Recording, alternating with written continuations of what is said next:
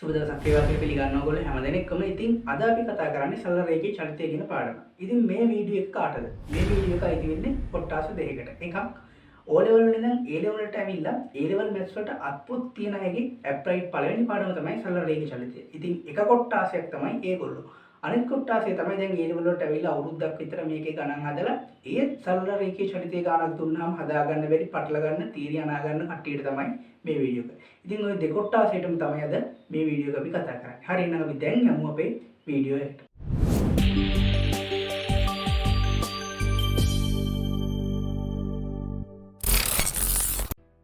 හරි ඉතින් අද පාඩම සරල රේඛීය චලිතය. මේ සරල රේඛීය චලිතයට අපි අද ඉගෙන ගන්නේ මූලික චලිත සමීකරණ පාවිච්චි කරන්නේ කොහොමද කියලා. ඉතින් මෙන්න මේ හතර තමයි මූලික චලිත සමීකරණ හතර කියලා තියෙන්නේ. ඉතින් ඕගොල්ලෝගේ නිව් සිලබස් එකේ O level වලදී මේක කොහොම තිබ්බත් දන්නේ නැහැ. අපි ලියපු ඕල් සිලබස් එකේ මේක 11 ශ්‍රේණිය විද්‍යා විෂය භෞතික විද්‍යාව කොටසට අදාළව මෙන්න මේ ටික අපි කතා කරලා තියෙනවා. මම මේ කියන්නේ ඕල් සිලබස් එක ගැන. එතනින් පස්සේ ආපු නිව් සිලබස් එකේ මේවා තිබ්බද නැද්ද දන්නේ නැහැ. තිබුණා හෝ නැත අපි මේවා අද ඉන් ඩීටේල් කතා කරනවා. මේ සමීකරණ හැදෙන්නේ කොහොමද? ඒ වගේම මේවට පද ආදේශ කරන්නේ කොහොමද? මේවා පාවිච්චි කරලා ගණන් හදන්නේ කොහොමද? මේ ගණන් හදද්දී සිද්ධ වෙන වැරදි මඟ අරගන්නේ කොහොමද? මේ ඔක්කොම අද අපි කතා කරනවා. හරි ඉතින් මේ සමීකරණ ගොඩනගන්නේ කොතනද කියන තැන ඉඳන්ම අපි අපේ වීඩියෝ එක අද පටන් ගමු.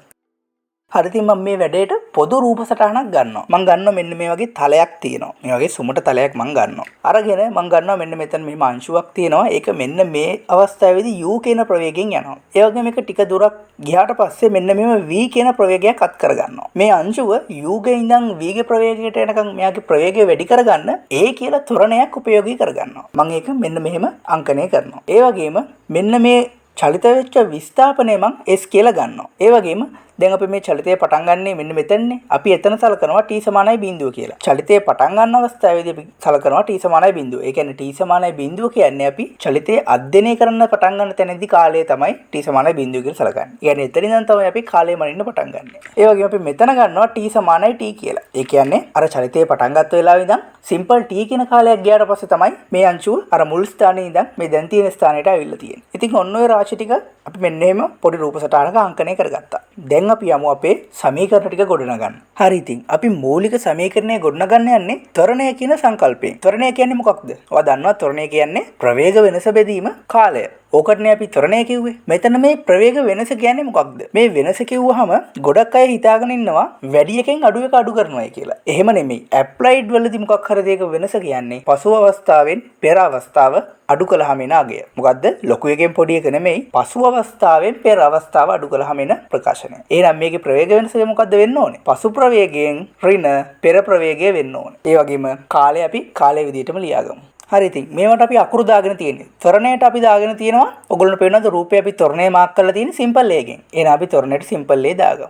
ඊට පස්සේ ත්වරණය සමාන වෙනවා පසු ප්‍රවේගය. පසු ප්‍රවේගය කියන්නේ මේ චලිතයේ අවසාන ප්‍රවේගය. ඔයගොල්ලන්ට පේන එක අපි v කියලා මාක් කරලා තියෙනවා. ඍණ පෙර ප්‍රවේගය. පෙර ප්‍රවේගය කියන්නේ මේ චලිතය අපි අධ්‍යයනය කරන්න පටන් ගන්න අවස්ථාවේදී මෙයාගේ ප්‍රවේගය. ඒක අපි අංකණය කරලා තියෙනවා u කියලා. එහෙනම් අපි ඒක u ගෙන් මෙතන දාගන්නවා. ඊට පස්සේ බෙදීම කාලය අපි t කියලා අරන් තිනවා. මොකෝ t සමානයි බිඳුවේ ඉඳන් t සමානයි t වෙනකන් මෙයාගේ චලිතය සිද්ධ වෙලා තියෙන්නේ. ඒ කියන්නේ බිඳුවේ ඉඳන් t වෙනකන් කාලයනේ මෙයාගේ කාලය වෙන්නේ. එතකොට කාලය t. හරි දැන් අපිට මෙහෙම සමීකරණයක් ඇවිල්ලා තිනවා. මම මේක මේ t එක එහා පැත්තට දාගන්නවා. එතකොට ඔයගොල්ලෝට පේනවා at සමානයි v ඍණ u වෙනවා. මම මේ ඍණ u එක සමීකරණය එහා පැත්තට ගෙනියනවා ධන u එකක් විදිහට. එතකොට ඔයගොල්ලන්ට පේනවා v සමාන වෙනවා u වතාවක් kt ට. අපි මේක මේ පැත්තට නෙමෙයි ලියන්නේ මෙන්න මෙහෙම ලියලා තමයි අපි මතක තියාගන්නේ v සමානයි u ධන at. අර එහා පැත්තට ආපු සමීකරණය එහෙම අනිත් පැත්තට ලිව්වා. කිසි වෙනසක් වෙන්නේ නැහැනේ. එහෙනම් අපිට ආවා පළවෙනි සමීකරණයේ v සමානයි u ධන at. ඔන්න ඕක තමයි පළවෙනි සමීකරණය. එහෙනම් මේ සමීකරණය අපි ගොඩනගුවේ මේ ත්වරණය කියන සංකල්පයෙන්. ඕගොල්ලෝ මේ සමීකරණ ගොඩනගලා සංකල්ප මතක තියාගන්න අවශ්‍ය නැහැ. මම මේ ඉලෙවල මේක විදිහට මේවා දරගන්න ඕන නිසා කියන්නේ. ඒ හැර ඕගොල්ලෝ මේ සමීකරණ මතක තියාගත්තා නම් හොඳටම ඇති. මොකද්ද? v සමානයි u ධන at. මේක v කියන්නේ පසු ප්‍රවේගය, u කියන්නේ පෙර ප්‍රවේගය, a කියන්නේ ත්වරණය සහ t කියන්නේ කාලය. ඔන්න ඔය ටිකත් එක්ක මේ සමීකරණය මතක තියාගත්තා නම් හොඳටම ඇති. හරි ඉතින් අපි යමු අපේ දෙවෙනි සමීකරණය ගොඩනගන්න. මේ සමීකරණයට අපි පාවිච්චි කරන්නේ මධ්‍යක ප්‍රවේගය කියන සංකල්පය. මධ්‍යක ප්‍රවේගය සමාන වෙන්නේ මොකටද? මුළු විස්ථාපනය බෙදීම මුළු කාලයට. ඕකනේ ප්‍රකාශය. හරි. දැන් මධ්‍යක ප්‍රවේගය කියන්නේ මොකක්ද? මොකක් හරි දෙක මධ්‍යකගය කියන්නේ අර මුලාගයයි අවසානගය එකතු කරලා ඒක දෙකෙන් බෙදෙන එකනේ. එහෙනම් මුලාගය මෙයාගේ ප්‍රවේගය මොකද්ද? u. අවසාන ප්‍රවේගය v. එහෙනම් u ධන v බෙදීම 2. ඕකනේ එහෙනම් මධ්‍යක ප්‍රවේගය වෙන්න ඕනේ. එහෙනම් මධ්‍යක ප්‍රවේගය වෙනුවට ওই ප්‍රකාශය අපි ලියනවා. ඊට පස්සේ තියෙනවා මුළු විස්ථාපනය. මෙයා සිද්ධ කරපු මුළු විස්ථාපනය අපි අරන් තියෙනවා simple s කියලා. ඒ වගේම මුළු කාලය t කියලා අපි අරන් තියෙනවා. දැන් මේකේ මම මේ t එක එහා පැත්තට දා ගන්නවා. එතකොට අපිට එනවා t වතාවක් v ධන u බෙදීම 2යි සමානයි s කියලා. ඉතින් අපි ඔය කොයි පැත්තෙන් නෙමෙයි ලියන්නේ s එක මුලට දාලායි ලියන්නේ. මේක අනිත් පැත්ත ගන්නවා s සමානයි u ධන v බෙදීම 2 වතාවක් t. ඔන්න ඔය විදිහට තමයි අපි ඔක මතක තියාගන්නේ. මේකෙත් මේ සමීකරණය ආවේ මධ්‍යක ප්‍රවේගය කියන සංකල්පයෙන්. මෙතෙන්දි මම ඔයගොල්ලන්ට ආපහු කියනවා ඔයගොල්ලෝ මේ සංකල්පය මොකක්ද කියලා මතක තියාගන්න අවශ්‍ය වෙන්නේ නැහැ. ඔයගොල්ලෝ මේ සමීකරණේ තියෙන පදයි මොනවද කියලා දන්නවනම් ඒ ඇති. එහෙනම් ඔයගොල්ලෝ දැන් දෙවෙනි සමීකරණෙත් ඉගෙන ගත්තා. හරි. අපි මේ දෙක බෝඩ් එකේ තියාගෙන ඊළඟ සමීකරණ ගොඩනගන්න යමු. දැන් අපි මේ වෙද්දි සමීකරණ දෙකක් අරන් තියෙනවා. එකක් තමයි v සමානයි u ධන at. අනිත් එක තමයි s සමානයි u ධන v බෙදීම 2 වතාවක් t. ඔන්න ඔය සමීකරණ දෙක අපි අරන් තියෙනවා. හරි. ඉතින් අපි වීඩියෝ එක පටන් ගත්තී කිව්වා සමීකරණ 4ක් තියෙනවායි කියලා. ඇත්තටම සමීකරණ 4ක් තියෙනවා කිව්වට ඇත්තටම තියෙන්නේ සමීකරණ 2යි. ඒ දෙක තමයි දැන් අපි මේ ලියලා තියෙන්නේ. ඔය දෙක ඇසුරෙන් අපි තවත් දෙකක් හදා ගන්නවා. අපි දැන් බලමු ඒක කරන්නේ කොහොමද කියලා. ඒකට මම ගන්නවා මේ දෙවෙනි සමීකරණේ මම මෙහෙම ලියා ගන්නවා. ලියාගෙන ඒ සමීකරණේ ඉන්නවනේ v කෙනෙක්. ඒ v ට අර පළවෙනි ප්‍රකාශයෙන් ආදේශයක් දානවා. එහෙනම් මේ v වෙනුවට අපිට දාන්න පුළුවන් u ධන at. අර තියෙන u එක හැම ලිව්වා බෙදීම 2 වතාවක් t. ඊට පස්සේ මොකද්ද කරන්නේ? මේ ටික සුළු කරගෙන යනවා. ඔයගොල්ලෝ පේන u ධන u 2u ධන at බෙදීම 2 වතාවක් t එනවා. ඊට පස්සේ මම මේ සමීකරණේ යට දෙකෙන් බෙදන්න තියෙන එක මේ පද දෙක වෙන වෙනම දෙකෙන් බෙදනවා. 2u බෙදීම 2 කියන්නේ u, at බෙදීම 2 කියන්නේ at බෙදීම 2මයි. එහෙනම් අපිට අවිල්ල තියෙනවා දැන් මෙන්න මෙහෙම ප්‍රකාශයක්. ඊට පස්සේ මේ t එක එළියෙන තියෙන වරහනේ. මම මේ t එකෙන් මේ වරහන ගුණ කරනවා. එතකොට අපිට එනවා u වතාවක් t ut වෙනවා. at බෙදීම 2 වතාවක් t එකේ මම මේ යට තියෙන දෙක ඉස්සරහට ගන්නවා භාගයේ විදිහට. මොකෝ යට තියෙන දෙක අපිට ඉස්සරහට භාග විදිහට ගන්න පුළුවන්. එතකොට භාගයේ වතාවක් a වතාවක් ඇතුලේ t එකක් තියෙනවා එළියේ t එකක් තියෙනවා. එතකොට t වැඩි කිරීමට t වර්ග වෙනවා. එතකොට භාගයක් at වර්ගය කියලා එනවා. එතකොට අපිට තුන්වෙනි සමීකරණය විදිහට මෙන්න මේ සමීකරණය එනවා. මොකක්ද ආපු සමීකරණය? s සමානයි ut ධන භාගයක් at වර්ගය කියලා. ඔන්න ඔය සමීකරණෙත් අපිට ගණන් හදද්දි වැදගත් වෙනවා. ඔයගොල්ලෝ මතක තියාගන්න ඕනේ මේ තුන්වෙනි සමීකරණය අපි හැදුවේ මේ පළවෙනි සමීකරණ දෙක ඇසුරෙන් කියලා. හරි. අපි කලින් කෝ සමීකරණ 4ක් තියෙනවා කියලා. එහෙනම් තව සමීකරණයක් අපිට හදන්න පුළුවන්. අපි ඒකටත් අර මුලින් ගත්ත මූලික සමීකරණ දෙකේ දෙවෙනි සමීකරණය මුලින් ගන්නවා. අරගෙන ඒකේ t ට අර පළවෙනි එකෙන් ආදේශයක් දානවා. එහෙනම් අපි අර පළවෙනි එකේ t උක්ත කරගන්න එපා. අපි දැන් ඒක කරගමු. t උක්ත කරගන්න මුලින්ම අර u එක එහා පැත්තට දාන්න ඕනේ. එතකොට ධන u එක එහා පැත්තට යද්දි ඍණ u වෙනවා. එතකොට v ඍණ u සමානයි at. t නේ තනි කරන්න ඕනේ. දෙපැත්තම ඒකෙන් බෙදුවාම v ඍණ u බෙදීම a සමානයි t කියලා එනවා. අන්නේ t ට ආපු ප්‍රකාශය මෙන්න මෙතනට ආදේශ කරනවා. හරි. ඊට පස්සේ ඔයගොල්ලෝ පේනවා මේ සමීකරණයේ දකුණු පැත්තේ යට තියෙනවා 2i1ක්. මම මේ 2i1 ඉස්සරහට ගන්නවා. එකයට 2i කියලා. අරගෙන ගත්තාම ඔයගොල්ලෝ පේනවා v ධන u වතාවක් v ඍණ u. මොකක්ද මේ තියෙන්නේ? මේක ඔයගොල්ලෝ O level කාලේ ආසම සාධක වර්ගයක්. මොකක්ද මේ? වර්ග දෙකක අන්තරය. එහෙනම් අපිට මේක ලියන්න පුළුවන් කොහොමද? v ධන u වතාවක් v ඍණ u කියන්නේ v වර්ගය ඍණ u වර්ගය. වර්ග දෙකක අන්තරය ඇතුළෙන්. හරි. එහෙම ගත්තට පස්සේ මේ 2i1 මං කෙලින්ම එහා පැත්තට දානවා. අර s එක තියෙන පැත්තට ගුණිතයෙන් දානවා.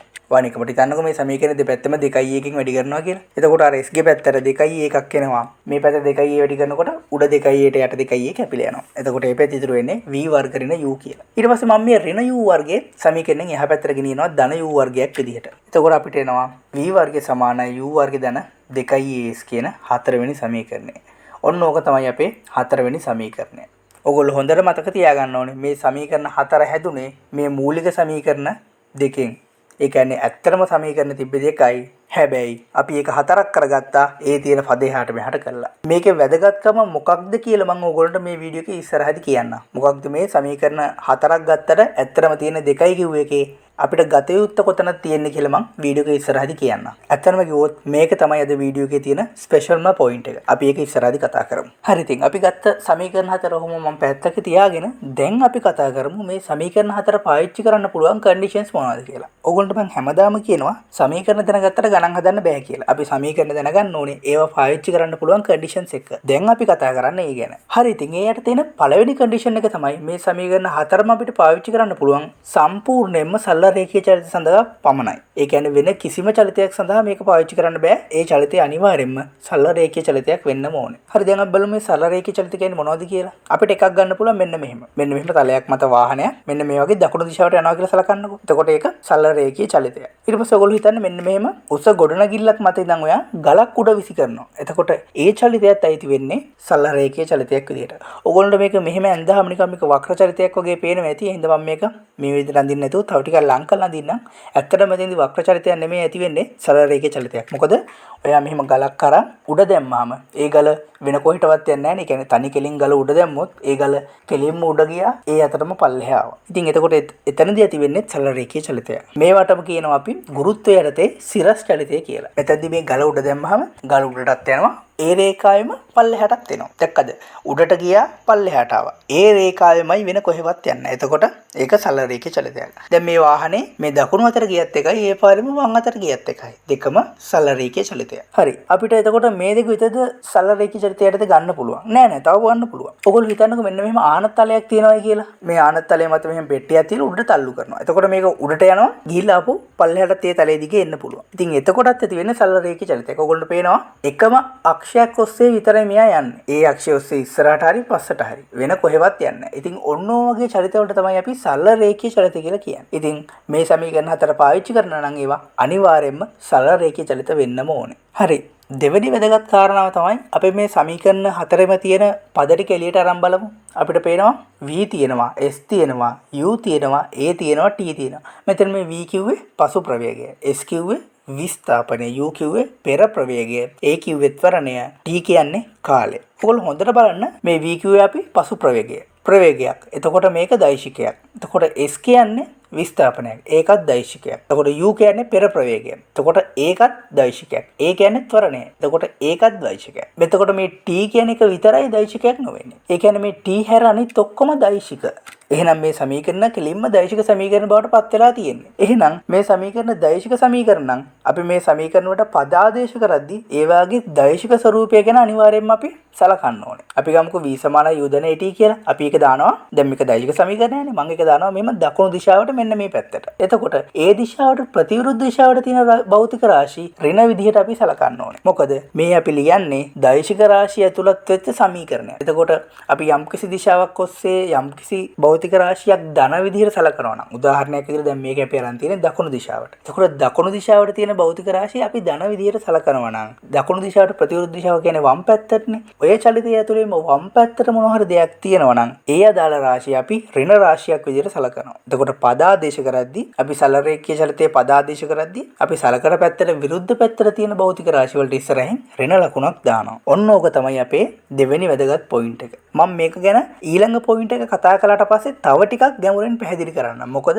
මේ කතාව මට පැහැදිලි කරන්න ඊළඟ පොයින්ට් එකත් අනිවාර්යයෙන්ම අවශ්‍ය වෙනවා. එහෙනම් අපි දැන් අපේ තුන්වෙනි පොයින්ට් එක මොකක්ද කියලා බලන්න. හරි. ඉතින් ඕගොල්ලන්ට හොඳට පේනවාද මේ සමීකරණ බොහෝමයක මේ a කියලා ත්වරණය අපිට නිරූපණය වෙනවා. ඔයගොල්ලෝ හොඳට මතක තියාගන්න ඕනේ යම්කිසි සමීකරණයක් ඔයා පාවිච්චි කරනවා නම් ඒ සමීකරණේ පාවිච්චි කරන යම් කොටසක් තුලදීද ඒ කොටස තුලදී මේ සමීකරණ පාවිච්චි කරනවා නම් ත්වරණය නියත විය යුතුමයි. මේ නියත වෙන්න ඕනේ කියන්නේ මේ ත්වරණයේ විශාලත්වයයි දිශාවයි දෙකම වෙනස් වෙන්න බෑ. මේ ත්වරණය කිසිම විදිහකට වෙනස් වෙන්න බෑ දිශාවවත් විශාලත්වයවත්. එහෙම වෙනවා නම් අපිට ඒ කොටසට මේ සමීකරණ එකක්වත් පාවිච්චි කරන්න බෑ. මොකද ඔයගොල්ලෝ හොඳට මතකද අපි පළවෙනි සමීකරණය කියන්නේ v = u ධන at කියන සමීකරණය හැදුවෙම ත්වරණය මූලික කරගෙන. එහෙනම් යම්කිසි කොටසක් තුලදී ත්වරණය නියත වෙන්නේ නැත්නම් අපිට මේ සමීකරණ එකක්වත් පාවිච්චි කරන්න බෑ. ඒ කියන්නේ ත්වරණය සැරෙන් සැරේට වෙනස් වෙනවා නම් අපිට එකපාර ඒ සේරටම මේ සමීකරණ එකපාර දාන්න බෑ. එහෙම වෙච්ච අවස්ථාවට කරන්නේ මෙන්න මේ වගේ. ඔයගොල්ලෝ හිතන්නකෝ මෙන්න මේ වගේ උදාහරණයක්. මෙන්න මෙහෙම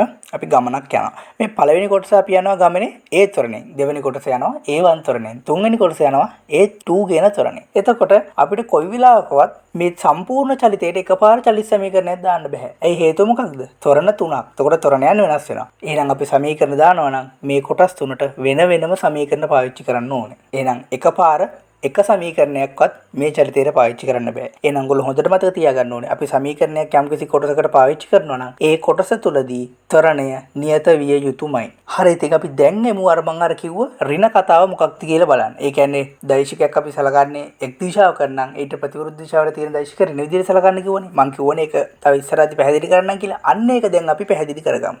හරි ඉතින් ඒකට මම පාවිච්චි කරනවා මෙන්න මේ වගේ රූප සටහනක්. මම ගන්නවා මෙන්න මේ වගේ එච්.එස්. බිල්ඩින් එකක් තියෙනවා. ඒක උඩ මෙන්න මේ මිනිස්සෙක් ඉන්නවා. එයා මෙන්න මෙම ගලක් ප්‍රක්ෂේපණය කරනවා. ප්‍රක්ෂේපණය කරනවා කියන්නේ ගලක් උඩ දානවා සිරස්ව. උඩ දැම්මම ගල උඩ ගිහිල්ලා බිමට වැටෙනවා. හරි. ඒකේ කිසි ප්‍රශ්නයක් නැහැ. ඒක සරල රේඛීය චලිතයක්. ඊට පස්සේ ඔයා හිතන්න මේ ගල සම්පූර්ණයෙන්ම බිමට වැටෙන්න යන්නේ කැපිටල් T කියලා කාලය. ඒකත් හරි. දැන් හිතන්න ඔයා මේ චලිතයට චලිත සමීකරණය පාවිච්චි කරන්න යන්නේ. ඔයා හිතන්නකෝ මේ දෙවෙනි චලිත සමීකරණය පාවිච්චි කරනවා කියලා S = UT දාන භාගයක් KT වර්ගය පාවිච්චි කරන්න යන්නේ. හරි. දැන් ඔයාට එන්න ඕනේ ප්‍රශ්නයක් දැන් මේ චලිතේ කොයි ටිකටද ඔයා චලිත සමීකරණය පාවිච්චි කරන්න කියලා. මෙන්න මෙතන ඉඳන් මෙතනට. ඒ කියන්නේ ගල උඩ දාන තැන ඉඳන් උපරිම ලක්ෂයට යන්න තැනට වෙනකන් ඔයාට චලිත සමීකරණය පාවිච්චි කරන්නත් පුළුවන්. එහෙම නැත්නම් ඔයාට මේ මෙතනින් පටන් අරන් මෙන්න මෙතන මේ ආයි අර මුල් පිහිටීමට සමාන පිහිටීමකට තැනකට එනකන් චලිත සමීකරණය දාන්නත් පුළුවන්. එහෙම නැත්නම් මුල් පිහිටීමේ ඉඳන් චලිත ඉවරන තැනටත් සමීකරණයක් දාන්න පුළුවන්. ඔන්න දැන් ඔයාට ප්‍රශ්නයක් එනවා. මොකක්ද දෙන ප්‍රශ්නේ? ඔගොල්ලෝ මතකද මම කලින් කිව්වා යම්කිසි සම්පූර්ණ චලිතයකට අපි චලිත සමීකරණයක් දානවා නම් ඒ චලිතය පුරාවටම එයාගේ ත්වරණය නියත වෙන්න ඕනේ කියලා. එතකොට ඔයා හිතන්නකෝ අර අතන උඩ දාන පොයින්ට් එකේ ඉඳන් බිමට වැටෙන පොයින්ට් එකට අපි ගත්තොත් මෙයාගේ ත්වරණය නියතද? ඔගොල්ලෝ හොඳට කල්පනා කරලා බලන්න. මෙයා බෝලේ උඩ දානවා. එතකොට බෝලේ උඩ යනවා. ආයෙ උඩ ගිහිල්ලා පල්ලෙහාට. බෝලේ උඩටත් යනවා පල්ලෙහාටත් යනවා. ඉතින් මොකද බෝලේ උඩටත් ගියා පල්ලෙහාටත් ගියා. ඉතින් ප්‍රශ්නයක් නැහැ. අපි මේ කතා කරන්නේ ත්වරණය නියත වෙන්න ඕනේ කියලා. මේ ගල උඩ දැම්මත් උඩ ගිහිල්ලා බිම වැටුණත් මේ ගල අතින් අතෑරියට පස්සේ සම්පූර්ණයෙන්ම රඳා පවතින්නේ මෙයාගේ චලිතය මත ගුරුත්වද ත්වරණය. ඒ කියන්නේ මෙයාගේ ත්වරණය වෙන්නේ ගුරුත්ව ත්වරණය.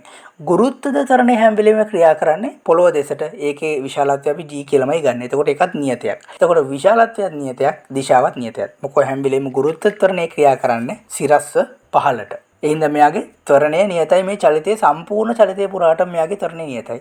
ඒ හින්දා අපිට මේ චලිතයේ සම්පූර්ණ චලිතයට දාන්නත් පුළුවන්, මග තැනකට දාන්නත් පුළුවන්. ඒකේ ප්‍රශ්නයක් නැහැ. හරි. දැන් අපි ගමු මේ සම්පූර්ණ චලිතයටම සමීකරණය දානවායි කියලා. මං හිතනවා මෙයා මේ ගල ප්‍රක්ෂේපණය කරන්නේ සිරස්ව U කියන ප්‍රයෝගයකින් කියලා. හරි. දැන් මම දෙවෙනි සමීකරණය දාන්න යන්නේ. මොකක්ද දෙවෙනි සමීකරණය? S = UT දාන භාගය KT වර්ගය. මම දානවා මේ සමීකරණේ ඉහළ දිශාවට. කියන්නේ උඩ දිශාවට S = UT දාන භාගය KT වර්ගය දැන් දාන්න යන්නේ. හරි. අපි කෙලින්ම ලියමුකෝ. S කියන්නේ මොකක්ද? S කියන්නේ විස්ථාපනය. විස්ථාපනය කියන්නේ මොකක්ද? විස්ථාපනය කියන්නේ ආරම්භක ලක්ෂ්‍යයත් අවසාන ලක්ෂ්‍යයත් අතර පිහිටන කෙටිම දුර. දැන් මේකේ ආරම්භක ලක්ෂ්‍යය මොකක්ද? මේ චලිතය පටන් ගන්න මේ බිල්ලමේ උඩින්. චලිතයේ අවසාන ලක්ෂ්‍යය තියෙන්නේ බිම. එහෙනම් බිල්ලිමේ උඩම කොනයි බිමයි අතර තියෙන දුරනේ විස්ථාපනය වෙන්නේ.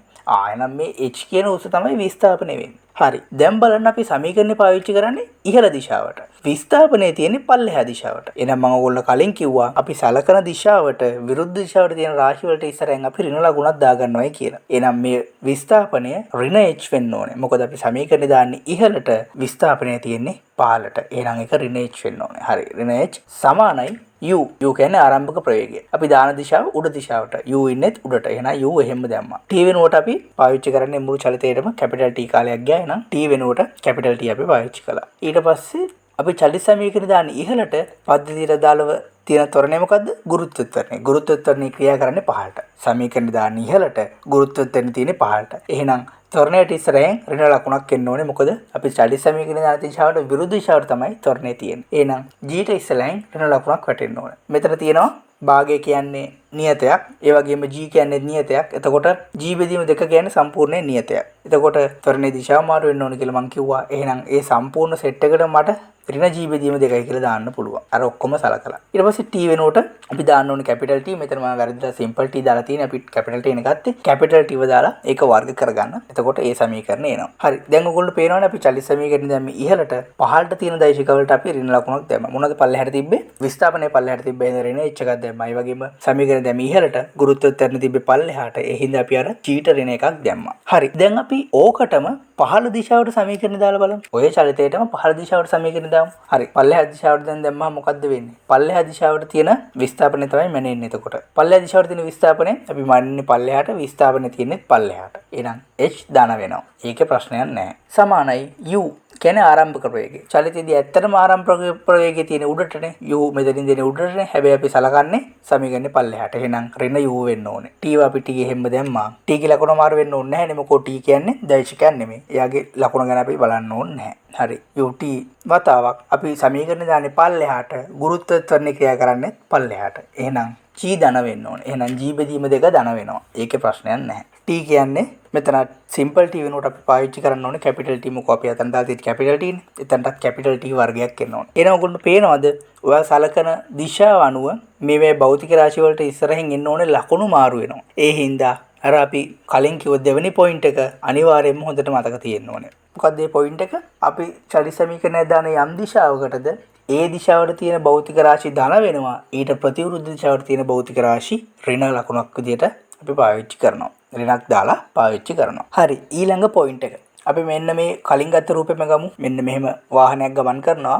ආරම්භක ප්‍රවේගය u, අවසාන ප්‍රවේගය v. හරි. ඔන්න ඔහම තියෙනවා. දැන් මෙතනදී අපි ආරම්භක ප්‍රවේගය u කියලා ගන්නේ t සමානයි බිඳුවේදී. ඒ කියන්නේ අපිට මේ t සමානයි බිඳුව කියන්නේ අපිට අදාළව චලිතයේ කාලයම ඉන්න පටන් ගන්න තැන.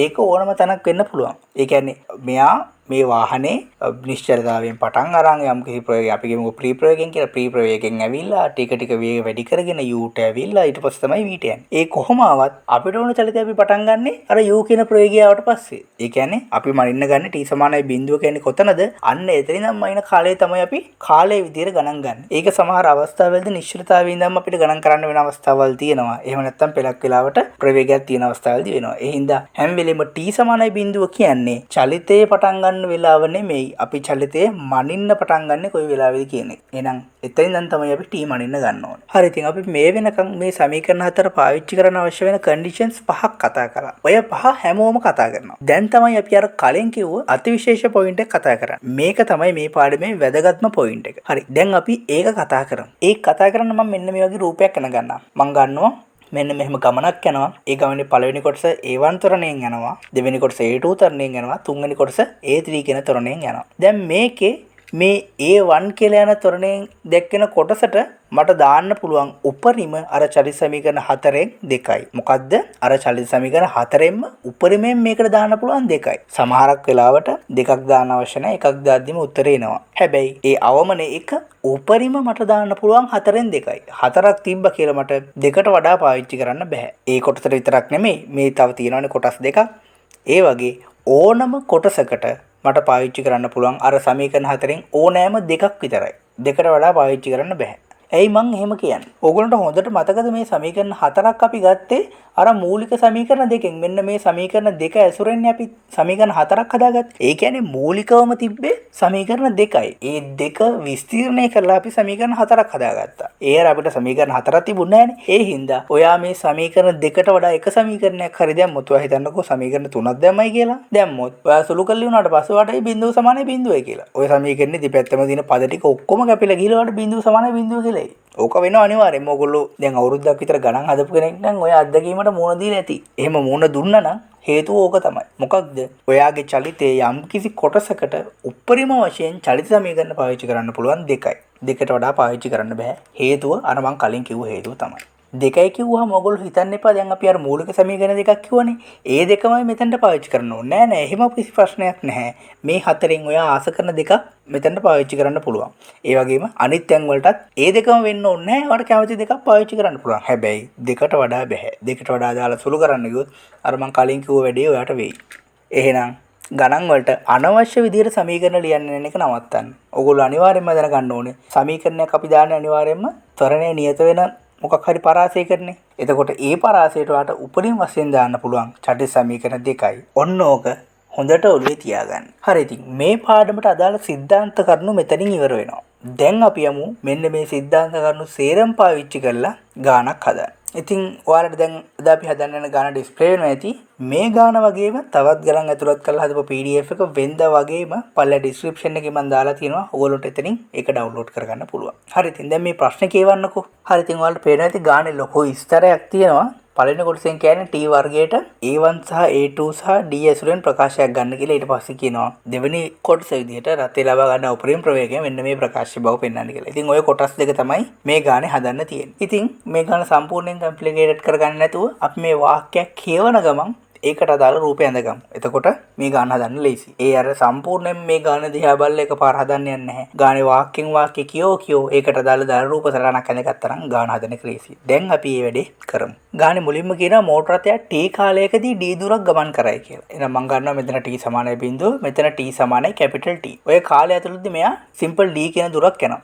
හරි මම ඒක ඔන්න ඔහොම මාක් කරගත්තා. ඊට පස්සේ කියනවා නිශ්චලතාවයේ සිටලු ගමන ආරම්භන්නේ. එහෙනම් මේ t සමානයි බිඳුව කියන්නේ ප්‍රවේගයේ බිඳුව වෙච්ච අවස්ථාව. මොකද යා කියනවා නිශ්චලතාවයෙන් ගමන ආරම්භන්නේ සම්පූර්ණ ගමනටම ගත වෙච්ච කාලය t දුර d කියලා. එහෙනම් අපිට තේරෙන්න ඕනේ මේ ගමන පටන් ගන්නෙ ප්‍රවේගයේ බිඳුවේ. හරි.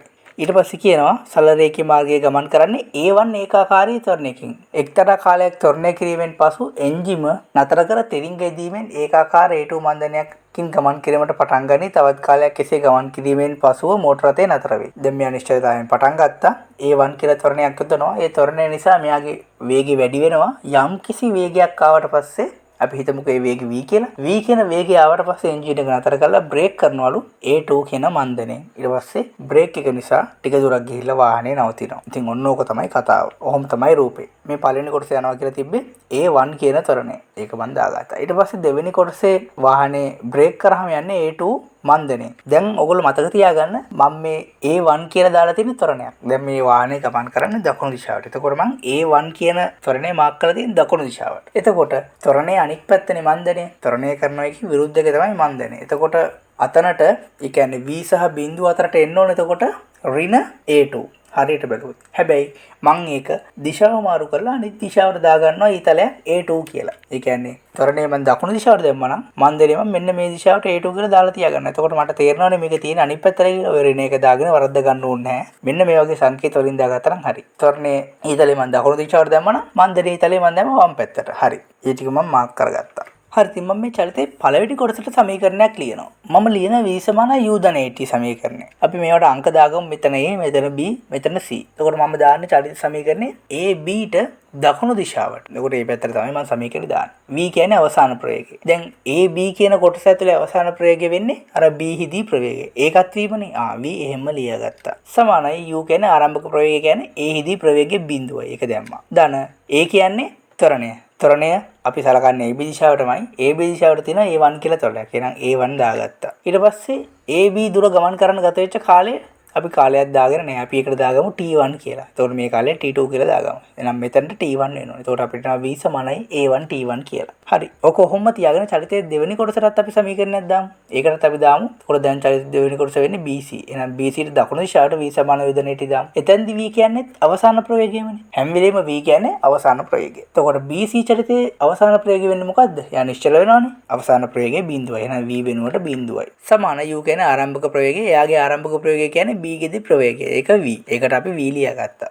ඊට පස්සේ a කියන්නේ ත්වරණය. ඒ කොටස ගමන් කරන්න යා මන්දනයකින් A2 මන්දනයකින්නේ. අපි දැන් මේ සමීකරණය සලකන්නේ දකුණු දිශාවට. එතකොට යාගේ ත්වරණය මම මාක් කරලා තියෙන්නේ වම් දිශාවට. මොකද ඒක මන්දනයක් නිසා මම කෙලින්ම ඊතලයේ අනිත් පැත්තට දැම්මේ. එතකොට සමීකරණය දකුණු දිශාවට ත්වරණය මාක් කරලා තියෙන්නේ වම් දිශාවට. එහෙනම් ඍණ A2 වෙන්න ඕනේ. වතාවක් T2. ඒකරුත් මට අර A2 T2 කියන එකේ හැවතට දැම්මම එනවා v = A2 T2 කියලා. ඔන්න හොම් ප්‍රකාශ දෙකක් මට එනවා. දැන් හොඳට බලන්න v = A1 T1 v = A2 T2. එහෙනම් මේ සමීකරණ දෙක එකිනෙකට සමාන වෙන්න ඕනේ. අපිට එනවා එහෙනම් A1 T1 = A2 T2 කියලා. මම මේ සමීකරණය 1 කියලා නම් කරලා පැත්තකින් තියාගන්නවා.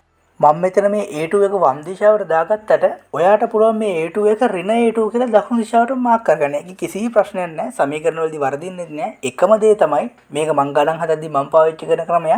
මම සාමාන්‍යයෙන් මන්දනයක් දාගන්නේ ඍණ ලකුණක් දාන්නේ නැහැ. රූපයන් දිද්දි දාගන්නේ අපි යම් දිශාවකට ත්වරණය දාන කියලා සලකනවාද ඒ දිශාවට විරුද්ධ දිශාවට ඊතලයක් ගහලා මං ඒ අදාළ මන්දනයේ විශාලත්වය දා ගන්නවා. සමීකරණ ලියද්දී ඒක ඍණ ආදේශ කරලා ලියා ගන්නවා. මොකෝ ඒ සමීකරණ දිශාවත් එක්ක එයාගේ දිශාව මාරු වෙනවනේ. එතකොට ඍණ එක ඉබේම එනවා. එහෙම දා ගන්නත් පුළුවන්. නැත්නම් ඔයාලට දකුණු පැත්තටම කෙලින්ම ඍණ A2 කියලා දා ගන්නත් පුළුවන්. ඔයාට ඔය කැමැති ක්‍රම දෙකෙන් එකක් පාවිච්චි කරන්න පුළුවන්. මේක මම පාවිච්චි කරන ක්‍රමය. මේකම ඔයා පාවිච්චි කරන්න අවශ්‍ය නැහැ. ඔය ක්‍රම දෙකෙන් ඕන එකක් ඔයාට පාවිච්චි කරන්න පුළුවන්. හරි ඉතින් මම ඔයගොල්ලන්ට කලින් කිව්වා මේ ඕනම එක කොටසකට අපිට සමීකරණ දෙකක් පාවිච්චි කරන්න පුළුවන් කියලා. දැන් හොඳට බලන්න අපි සමීකරණ එක කොටසකට කීයක් පාවිච්චි කළාද කියලා හොඳට බලන්න. මේ AB කොටසට අපි එක සමීකරණයක් දාලා තියෙනවා. BC කොටසට අපි එක සමීකරණයක් දාලා තියෙනවා. එහෙනම් අපිට AB ට තව එක සමීකරණයකුත් BC ට තව එක සමීකරණයකුත් දාන්න පුළුවන්. මොකෝ එක කොටසකට දාන්න පුළුවන් සමීකරණ දෙකයි. එහෙනම් අපි AB ට තව එක සමීකරණයක් දාගමු. මට ලියන්න පුළුවන් නේද මේකේ විස්ථාපනයට? මම දාගන්නවා මේ AB කොටස විස්ථාපනය S1 කියලා. එතකොට මම දාගන්නේ මේක සමීකරණේ AB දිශාවට දාගන්නේ. අපි දන්නවා S සමාන UT ධන භාගයක් KT වර්ගය. මම කෙලින්ම ආදේශ කරන්නේ නැතුව S සමාන UT ධන භාගයක් KT වර්ගය කියලා ලියා ගන්නම්කෝ. මෙතන භාගයක් KT1 නෙමෙයි AT වර්ග වෙන්න ඕනේ. මේ වරද්දක් ලියලා තියෙන එක මම ඉස්සරහට දකිනවා. එතකොට මම ඒක හදන්නම්. දැනට ඕගොල්ලෝ ඔක හදාගන්නකෝ. මම ඉස්සරහදී මේක හදනවා. හරි. S වෙනුවට S කියන්නේ විස්ථාපනය මම S1 කියලා අරන් තියෙනවා. එතකොට S1 සමානයි U කියන්නේ ආරම්භක ප්‍රයෝගය මොකද්ද? ආරම්භක ප්‍රයෝගය බිඳුවයි. එතකොට UT කියන්නේ UT සම්පූර්ණ ගුණිතයෙන් බිඳුවක් වෙනවා.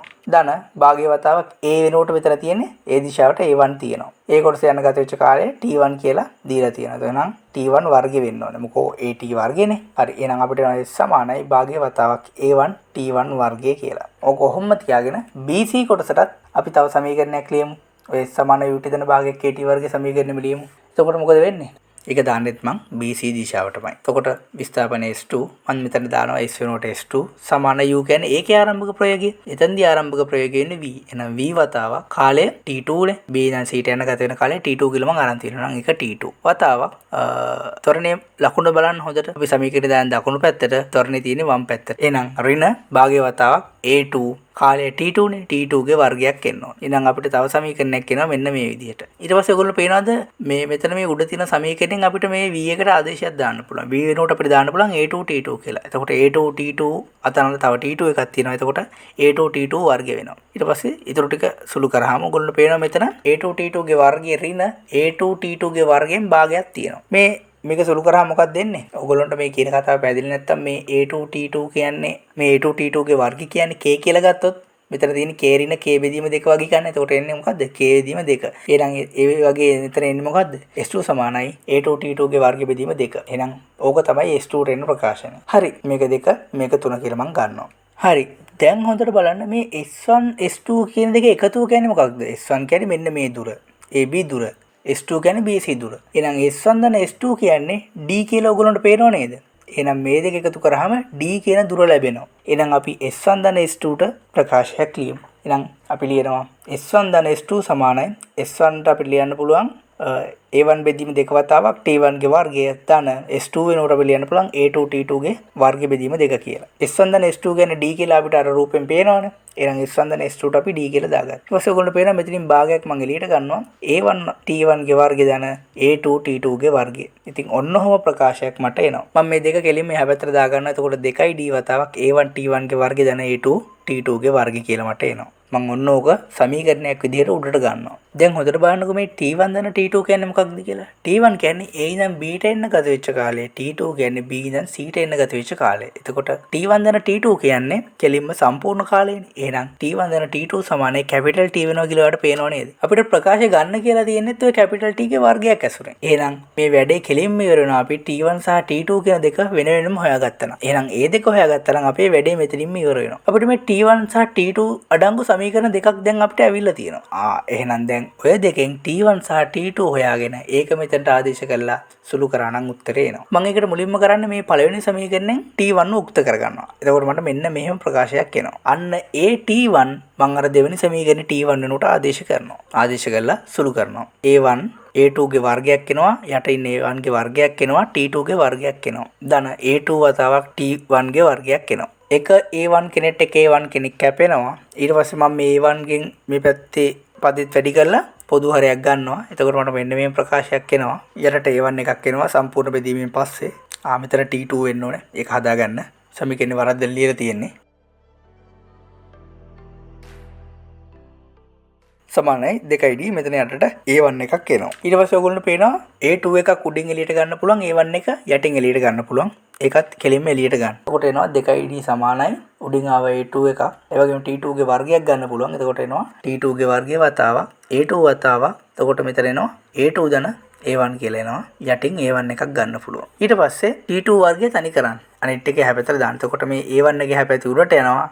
A2 එක වතාවක් A2 ධන A1 එක පල්ලෙහාට එනවා. එතකොට මෙතන වෙන්නේ 2D වතාවක් A1 උඩට යනවා. A2 පල්ලෙහාට එනවා. A2 ධන A1 එකත් පල්ලෙහාට යනවා.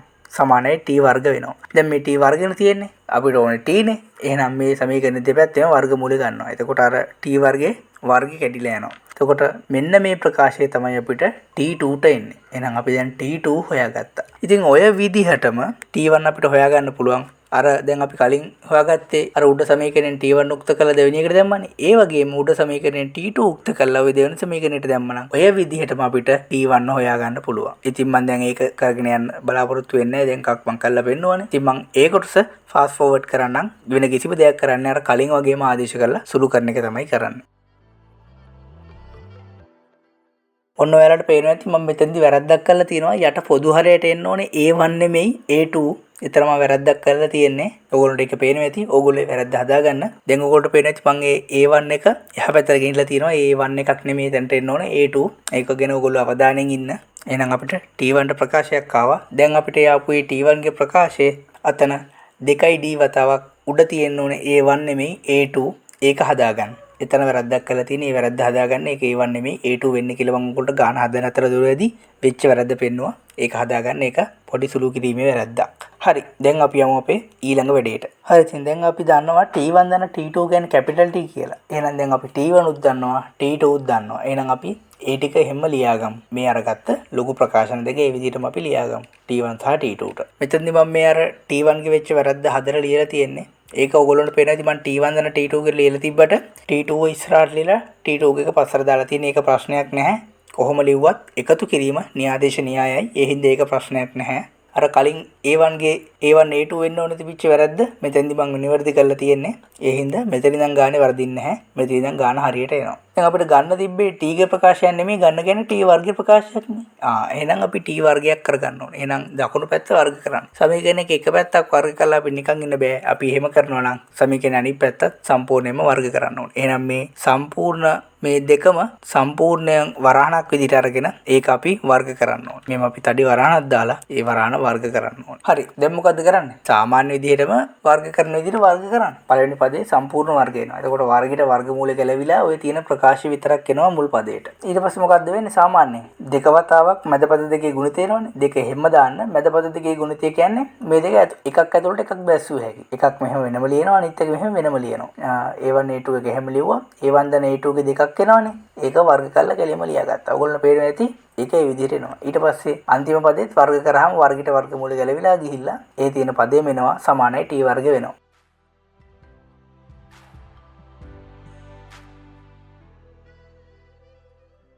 ඔයගොල්ලෝ පේනවා ඇති මෙතන A1 A2 පල්ලෙහාට තියෙනවා කැපිලා යනවා. ඒ වගේම ඔයගොල්ලෝ පේනවා ඇති දෙවරක් දෙක හතරයි. හතර එළියට ගන්න පුළුවන් දෙකක් විදිහට. ඒතකොට එළියේ තියෙන දෙකයි හතරක් එනවා. ඔයගොල්ලෝ පේනවා උඩ D වර්ගයක් තියෙනවා. D වතාවක් D. D වර්ගය එළියට දාන්න පුළුවන් වර්ගමූලෙන් D එකක් විදිහට. එතකොට මෙතනත් A1 දන A2 ගේ වර්ගයක් තියෙනවා. ඒකත් වර්ගමූලෙන් එළියට දාන්න පුළුවන් A1 දන A2 කියලා. අනිත් ටික ඒ විදිහටම ලියා ගන්න.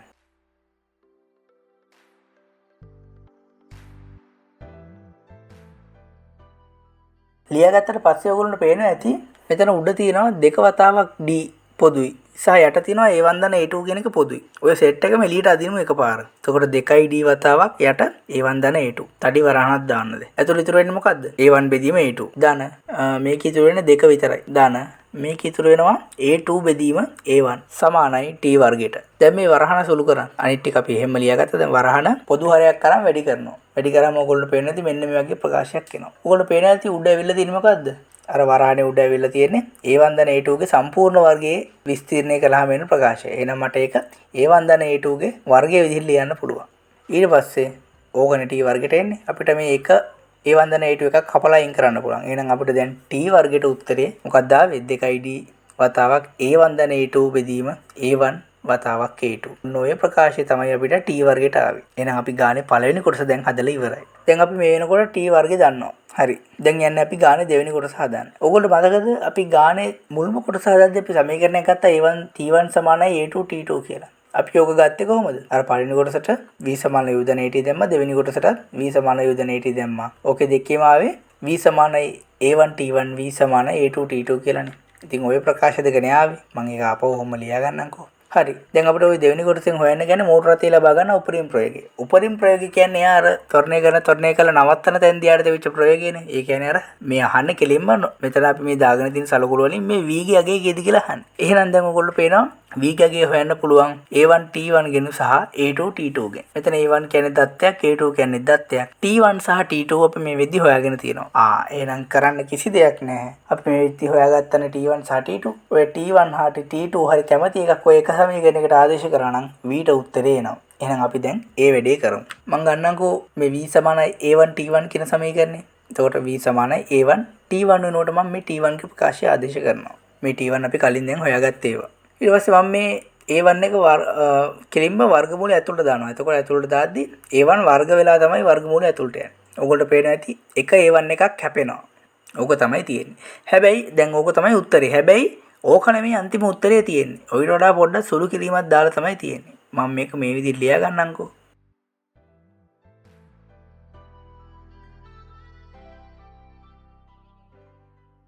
මෙතනදී තියෙන සුළු කිරීම මෙන්න මේකයි.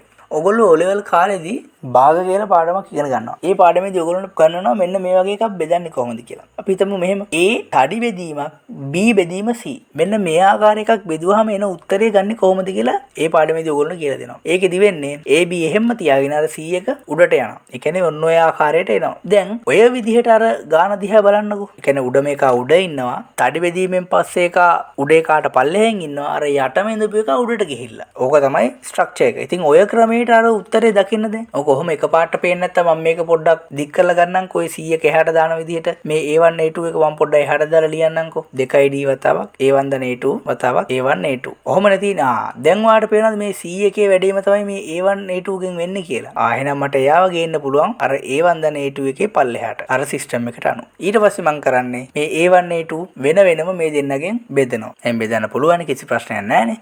ඔයගොල්ලෝ පේනවා මෙතන A1 එකක් හැපිලා යනවා, මෙතන A2 එකක් හැපිලා යනවා. අර ගන්න කියලා තියෙන උත්තරේ මේ විදිහටම එනවා. එහෙනම් අන්තිම සුළු කිරීම මම ඔන්න ඔය විදිහට දාලා තියෙනවා. ඉතින් ඔන්නෝම තමයි උත්තරේ අපි ගත්තේ. ඔයාලා දැක්කා අපි මේ ගාන හදද්දී එක කොටසකට පාවිච්චි කළේ සමීකරණ දෙකක් විතරයි. සමීකරණ දෙකක් කිව්ව අර චලිත සමීකරණ හතරෙන් සමීකරණ දෙකක් විතරයි. ඒ ඇසුරෙන් ගත්ත සමීකරණ අපිට ආවා. ඒ ඇර එක කොටසකට අපි දැම්මේ චලිත සමීකරණ දෙකයි. අන්න ඒක හින්දා තමයි අපිට මේ උත්තරේ වරද්ද ගන්න නැතුව මෙතනට එනකන් එන්න පුළුවන් උනේ. ඒදෝ සියල්ලම සුළු කිරීම. ඒවා ඉතින් ගණන් කිහිපයක් හදද්දි හරියනවා. ඔයගොල්ලන්ට මේ ගණන් හදාගන්න බැරුණා කියලා බය වෙන්න එපා. මේ ගණන් ටික කාලයක් හදද්දි මේවා ප්‍රැක්ටිස් වෙනවා. මේ පළවෙනි ගණනින්ද ඔයගොල්ලන්ට මේක නුහුරු ගතියක් දැනෙනවා ඇති. ඒ හැර මේ ගණන් ඔයගොල්ලෝ දිනපතා හදන්න ඔයගොල්ලන්ට මම ටිකුට් එකක් දාලා තියෙනවා. ඒ ගණන් ටික දිනපතා හදද්දි ඔයගොල්ලන්ට එක එක දේවල් එක එක කරුණු අහුවේ. ඒ අහුවෙනවත් එක්කම ඔයගොල්ලන්ගේ දැනුම වර්ධනය වෙනවා. ඒකට ටික කාලයක් ඇද්දි මේක ඔටෝ ඔයගොල්ලන්ට හදන්න පුළුවන්. වෙන එකම වැරද්ද තමයි අර සමීකරණ දෙකක් දාන්න ඕන තැනට 3-4ක් දාන්න ගිහිල්ලා වරද්ද ගන්නවා. අන්න ඒ වැරද්ද විතරක් කරන්න නැතුව ඉන්න. සහ තව වැරදි ටිකක් තියෙනවා. අපි අර කලින් කතා කරපු වැරදි ටික. අපි ඒක ආයි දැන් සාරාංශයක් විදිහට බලමු මොනවද ඒ කරුණු ටික කියලා. හරි ඉතින් සාරාංශය. පළවෙනි කතාව තමයි මේ සමීකරණ හතරෙන් අපිට උපරිම වශයෙන් කොටසකට පාවිච්චි කරන්න පුළුවන් සමීකරණ දෙකයි. ඒක මම දැන් කලිනුත් කිව්වනේ. ඕක තමයි පළවෙනි කතාව. ඔන්නෝම කොටස් ටිකක් අපි වෙන් කරොත් ඔය කොටසකට උපරිමයෙන් දාන්න පුළුවන් සමීකරණ දෙකයි. ඒක ඔයාලට කැමති සමීකරණ දෙකක් පාවිච්චි කරන්න පුළුවන්. හතරෙන් දෙකක් විතරයි. ඊට පස්සේ යම් කොටසක් ඇතුළත තියෙන සමීකරණයක් පාවිච්චි කරනවා නම් ඒ කොටස පුරාවටම ඒ අදාළ පද්ධතියේ ත්වරණය නියත වෙන්න ඕනේ. විශාලත්වයේ දිශාවයි දෙකම වෙනස් වෙන්න බෑ. කොටස ඇතුළතදී ත්වරණය නියත වෙන්නේ නැත්නම් අර සමීකරණ හතරෙන් එකක්වත් පාවිච්චි කරන්න බෑ. ඒක තමයි දෙවෙනි කතාව. තුන්වෙනි කතාව තමයි අපි සමීකරණ පාවිච්චි කරන යම්කිසි දිශාවක් තෝරගත්තොත් අපි මේ පාවිච්චි කරන් තෝරගත්ත දිශාවල තියෙන දෛශික රාශි ධනට සලකනවා. ඒ වගේම ඊට ප්‍රතිවිරුද්ධ දිශාවල තියෙන දෛශික රාශි ඍණ දෛශික විදිහට අපි සලකනවා. එහෙනම් සමීකරණේ දාන පැත්තට ධන ඊට විරුද්ධ පැත්තට ඍණ. ඉතින් ඔන්න ඔය concept එකත් මතක තියාගන්න. ඉතින් ඔන්න ඔය concept එක ඔයා හරියට මතක තියාගන්නවා නම් සරලරේඛීය චලිතයේ චලිත සමීකරණ පාවිච්චි කරලා හදන ගණන් වලට වරද්ද ගන්න නැතුව හරියටම ඉක්මනට හදා ගන්න පුළුවන්. ඉතින් ඔන්න ඔය විදිහට අද පාඩම අපි ඉවර කරනවා. ඉතින් මං හිතනවා ඔයාලට මේ පාඩම අතර තේරෙන්නේ නැති කියලා. ඒ වගේම මම ඔයාලට ඊළඟට ආවෙන්න බලාපොරොත්තු වෙන්නේ බලය කියන පාඩම. හරි එහෙනම් අපි ඊළඟ වීඩියෝ එකේදී හම්බෙමු. මං අතට ගිහිල්ලා එන්නම්. මම සොහාන් ප්‍රභාත්.